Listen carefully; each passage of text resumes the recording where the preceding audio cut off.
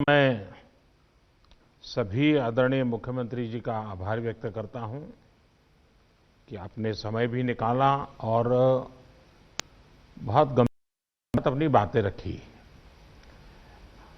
लेकिन मेरा आपसे आग्रह है कि अब तक जो कुछ भी चर्चाएं, डिस्कशन हुआ है, उसमें सभी राज्य इन्वॉल्व है, अफसर लेवल पे इन्वॉल्व है, दुनिया के अनुभवों को भी शेयर।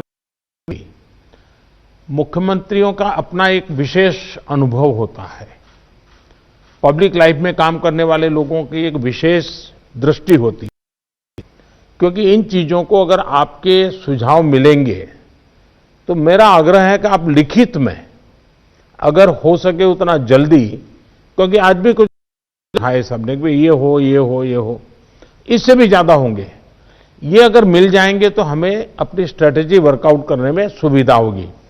और कोई किसी पे थोप नहीं सकता है।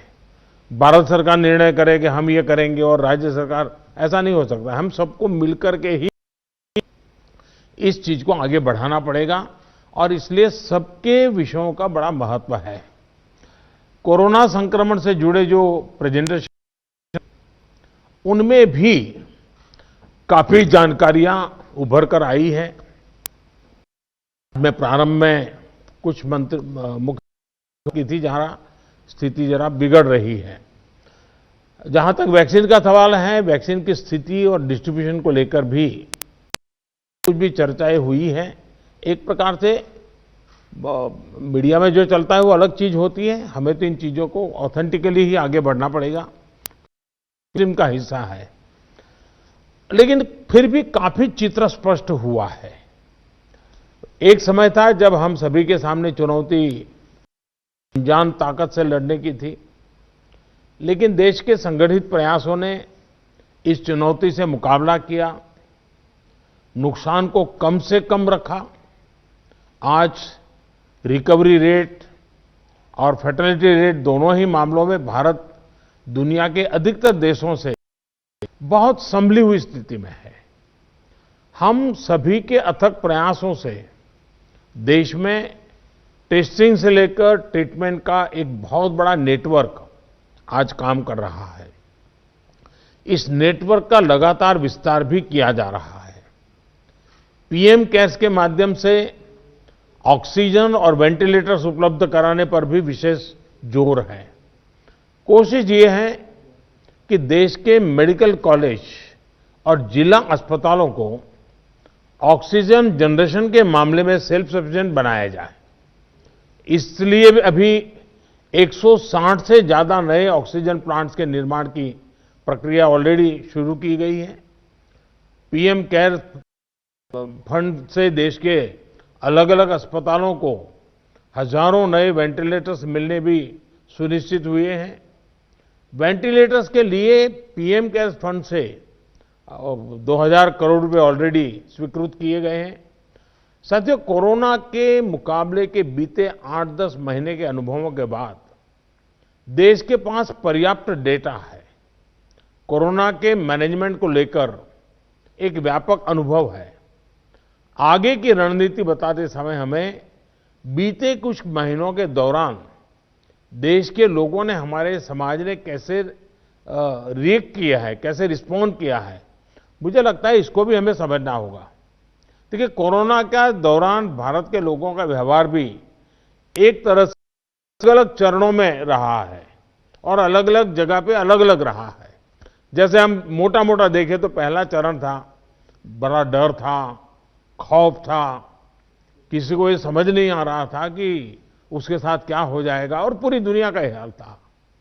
हर कोई पैंडेमिक में था, पैंडेमिक के कारण पैनिक में था और उसी हिसाब से हर कोई रिएक्ट कर रहा था। हमने देखा प्रारंभ में आत्महत्या तक की घटनाएं घटी थी, पता चला कोरोना हुआ तो आत्महत्या कर दी। इसके बाद धीरे धीरे धीरे दूसरा चरण आया।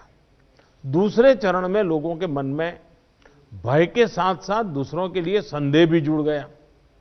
उनको लगा कि भाई इसको कोरोना हो गया, मतलब कुछ गंभीर मामला है, दूर भागो। एक प्रकार से घर में से भी नफरत का माहौल बन गया और बीमारी की वजह से समाज में कटने का डर लोगों को लगने लगा। इस कारण कोरोना के बाद कई लोग संक्रमण को छिपाने लगे। उनको लगा कि ये तो बताना नहीं चाहिए, कुछ समाज में मैं कट जाऊंगा। अब उसमें से भी हम धीरे-धीरे समझे लोग बाहर आए, तीसरा चरण शुरू हुआ और तीसरे चरण में लोग काफी हद तक संभलने लगे। अब संक्रमण को स्वीकारने के लगे और अनाउंस भी करने लगे, भाई मुझे तकलीफ है, मैं आइसोलेट कर रहा हूं, मैं क्वारंटाइन कर रहा हूं, आप भी करिए। जो एक प्रकार से लोग भी अपने आप से लोगों को समझाने लगे। लेकिन आपने भी देखा होगा कि लोगों में अधिक गंभीरता भी आने लगी और हमने देखा कि लोग अलर्ट भी होने लगे। और इस तीसरे चरण के बाद हम चौथे चरण में पहुंचे। जब कोरोना से रिकवरी का रेट बढ़ा तो लोगों को लगता है कि ये वायरस नुकसान नहीं कर रहा है, ये कमजोर हो गया है। बहुत से लोग ये भी सोचने लगे हैं कि अगर बीमार हो भी गए तो ठीक हो जाएंगे। इस वजह से लापरवाही का ये स्टेज बहुत बड़ा व्यापक हो गया है। और इसीलिए मैंने हमारे त्योहारों की शुरुआत में ही स्पेशली राष्ट्र के नाम संदेश दे करके सबको हाथ जोड़ करके प्रार्थना की थी कि भाई ढिलाई मत बरतिए, क्योंकि कोई वैक्सीन नहीं है, दवाई नहीं है, हमारे पास एक ही रास्ता बचा है, हम हर एक को कैसे अपने अपने आप बचाएं। और हमारी जो गलतियां हुई वही एक खतरा बन गया, थोड़ा ढिलाई आ गई। इस चौथे चरण में लोगों को कोरोना की गंभीरता के प्रति हमें फिर से जागरूक करना ही होगा। हम एकदम से वैक्सीन पर शिफ्ट तो जिसका काम करना है करेंगे, हमें तो कोरोना पर ही फोकस करना है। हमें किसी भी हालत में ढिलाई नहीं बरतने देनी है। हां, शुरू में कुछ बंधन इसलिए लगाने पड़े ताकि व्यवस्थाएं भी विकसित करनी थी, लोगों को थोड़ा एजुकेट भी करना था। अब हमारे पास टीम तैयार है, लोग भी तैयार हैं। थोड़ा आग्रह रखेंगे तो चीजें संभल सकती हैं। तो जो जो चीज हम तैयार करें उसको जरा इंप्लीमेंट करें और हमें आगे अब कोई बढ़े नहीं, इसकी चिंता जरूर करनी होगी, कोई नई गड़बड़ न हो। आपदा के गहरे समंदर से हम निकले हैं, ये हम मान के चले। इतना बड़ा देश, दुनिया मानती थी कि भारत तो नहीं संभल पाएगा। आपदा के गहरे समंदर से हम निकलकर हम किनारे की तरफ बढ़ रहे हैं। हम सभी के साथ वो पुरानी जो एक शेर शायरी चलती है, ऐसा न हो जाए कि हमारी किश्ती भी वहां डूबी जहां पानी कम था। ये स्थिति हमें नहीं आने देनी है। साथियों, आज हम दुनिया भर में देख रहे हैं कि जिन देशों में कोरोना कम हो रहा था, आपको पूरा चार्ट बताया कैसे तेजी से संक्रमण फैल रहा है। हमारे यहां भी कुछ राज्यों में ये ट्रेंड चिंताजनक है ही है।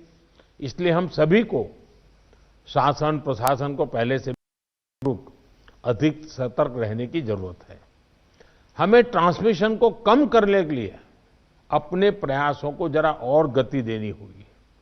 टेस्टिंग हो, कंफर्मेशन, कॉन्टैक्ट ट्रेसिंग, डेटा, इन सारी जुड़ी किसी भी तरह की कमी को हमें सर्वोच्च प्राथमिकता देते हुए उसको ठीक करना होगा।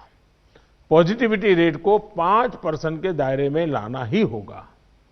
और मैं मानता हूं छोटी छोटी इकाइयों पर कहिए कि भाई एक क्यों बढ़ा, आधा क्यों बढ़ा, 2 क्यों बढ़ा। हम राज्य के स्केल पर चर्चा करने के बजाय अब जितनी लोकलाइज चर्चा करेंगे शायद हम एड्रेस जल्दी कर पाएंगे।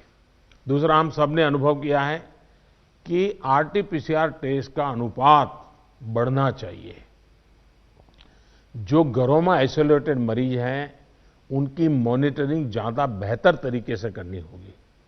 आप भी जानते हैं कि अगर वहां थोड़ी भी ढिलाई रही तो मरीज बहुत गंभीर स्थिति में अस्पताल आता है, फिर हम बचा नहीं पाते हैं। जो गांव है, कम्युनिटी के स्तर पर हेल्थ सेंटर हैं, उनको भी हमें ज्यादा इक्विप करना ही होगा। गांव के आसपास भी इंफ्रास्ट्रक्चर ठीक रहे, ऑक्सीजन की सप्लाई पर्याप्त रहे, ये हमें देखना होगा। हम लोगों का लक्ष्य होना चाहिए कि फैटेलिटी रेट को 1% से भी नीचे लाए। और वो भी मैंने जैसे कहा, छोटे छोटे इलाके में देखा जाए एक मृत्यु हुई क्यों हुई, जितना इतना फोकस करेंगे तब स्थिति को संभाल पाएंगे। और सबसे बड़ी बात, जागरूकता अभियानों में कोई कमी ना आए। कोरोना से बचाव के लिए जो जरूरी मैसेजिंग है, इसके लिए समाज को जोड़े रखना होगा। जैसे कुछ समय पहले हर संगठन हर प्रभावी व्यक्ति को हमने एंगेज किया था, उन्हें फिर एक्टिव करना होगा। साथियों, आप भली भांति परिचित हैं कि कोरोना की वैक्सीन को लेकर इंटरनेशनली और नेशनली किस तरह की खबरें आ रही हैं।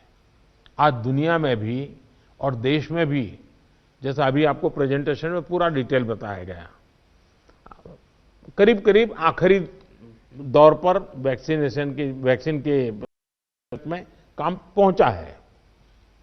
भारत सरकार हर डेवलपमेंट पर बारीकी से नजर रखे हुए हैं, हम सबके संपर्क में भी हैं।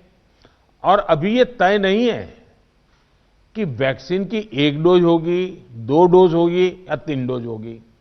ये भी तय नहीं है कि इसकी कीमत कितनी होगी, उसकी कीमत कितनी होगी, ये कैसे होगी। यानी अभी भी इन सारी चीजों के सवालों के जवाब हमारे पास नहीं है, क्योंकि जो इसके वाले हैं, दुनिया में जिस प्रकार के कॉरपोरेट वर्ल्ड भी है, उनका भी एक कंपटीशन है। दुनिया के देशों के भी अपने अपने डिप्लोमेटिक इंटरेस्ट होते हैं। WHO से भी हमें इंतजार करना पड़ता है। तो हमें ये इन चीजों को वैश्विक संदर्भ में ही आगे बढ़ना पड़ेगा। हम इंडियन डेवलपर्स और मैन्युफैक्चरर के साथ भी हमारी जो भी टीम काम कर रही है पूरी तरह संपर्क में है। इसके अलावा ग्लोबल रेगुलेटर्स, अन्य देशों की गवर्नमेंट्स, मल्टीलेटरल इंस्टीट्यूशंस और साथ ही इंटरनेशनल कंपनीज, सभी के साथ जितना संपर्क बढ़ सके, जितने रियल टाइम कम्युनिकेशन हो, इसके लिए पूरा प्रयास, एक व्यवस्था बनी हुई है। साथियों, कोरोना के खिलाफ अपनी लड़ाई में हमने शुरुआत से ही एक एक देशवासी का जीवन बचाने को प्राथमिकता दी है। अब वैक्सीन आने के बाद भी हमारी प्राथमिकता यही होगी कि सभी तक कोरोना की वैक्सीन पहुंचे। उसमें तो कोई विवाद हो ही नहीं सकता है। लेकिन कोरोना की वैक्सीन से जुड़े भारत का अभियान अपने हर नागरिक के लिए एक प्रकार से नेशनल कमिटमेंट की तरह है। इतना बड़ा टीकाकरण अभियान स्मूथ हो, सिस्टमैटिक हो और सस्टेन हो, ये लंबा चलने वाला है। हम सभी को, हर सरकार को, हर संगठन को एकजुट होकर के कोऑर्डिनेशन के साथ एक टीम के रूप में काम करना ही पड़ेगा। साथियों, वैक्सीन को लेकर भारत के पास जैसा अनुभव है वो दुनिया के बड़े बड़े देशों को भी नहीं है। हमारे लिए जितनी जरूरी है स्पीड है, उतनी ही जरूरी है सेफ्टी भी है। भारत जो भी वैक्सीन अपने नागरिकों को देगा वो हर वैज्ञानिक कसौटी पर खरी होगी। जहां तक वैक्सीन के डिस्ट्रीब्यूशन की बात है तो उसकी तैयारी भी आप सभी राज्यों के साथ मिलकर के की जा सके रही है। वैक्सीन प्राथमिकता के आधार पर किसे लगाई जाएगी, ये राज्यों के साथ मिलकर के एक मोटा मोटा खाका भी आपके सामने रखा है कि भाई अगर इस प्रकार से WHO ने जो कहा है हम चलते हैं तो अच्छा है। लेकिन फिर भी ये निर्णय तो हम सब मिलकर के ही करेंगे। उनके सुझाव का महत्व इसमें बहुत रहेगा, क्योंकि आखिरकार उनको अंदाज है कि उनके राज्य में ये कैसे होगा। हमें कितनी अतिरिक्त कोल्ड स्टोरेज की जरूरत रहेगी, मुझे लगता है कि राज्यों ने इस पर अभी बल देकर के व्यवस्थाएं खड़ी कर देना शुरू कर देना चाहिए। कहां संभव हो गए, उसके पैरामीटर्स क्या हो गए, उस पर हमें यहां से सूचनाएं तो डिपार्टमेंट को चली गई है, लेकिन इसको अब इम्प्लीमेंट करने के हमने रेडी रखना पड़ेगा। और जरूरत पड़ी तो अतिरिक्त सप्लाई भी सुनिश्चित की जाएगी।